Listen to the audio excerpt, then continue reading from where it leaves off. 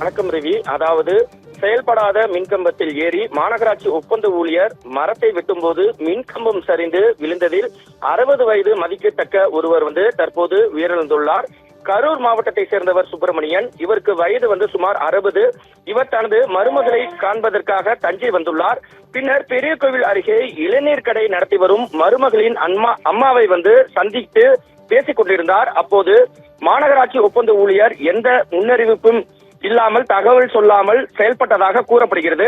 மேலும் துருப்பிடித்து இருந்த மின்கம்பத்தில் ஏறி மரத்தை வெட்டி கொண்டிருந்தார். அப்போது அவரின் பாரம் தாங்காமல் மின்கம்பம் சரிந்து கீழே விழுந்துள்ளது. இதில் கீழே நின்றிருந்த சுப்பிரமணியன் என்பவர் மீது மின்கம்பம் விழுந்ததில் அவர் சம்பவ இடத்திலேயே பரிதாபமாக உயிரிழந்துள்ளார். மேலும் ஒப்பந்த ஊழியருக்கு சிறிது காயம் ஏற்பட்டுள்ளது. இதுகுறித்து தஞ்சை தெற்கு காவல்துறையினர் வழக்கு பதிவு செய்து விசாரணை நடத்தி வருகின்றனர். மேலும் உடலை கைப்பற்றி பிரேத பரிசோதனைக்காக தஞ்சை மருத்துவக் கல்லூரி மருத்துவமனைக்கு தற்போது அனுப்பி வைத்துள்ளனர். ரவி.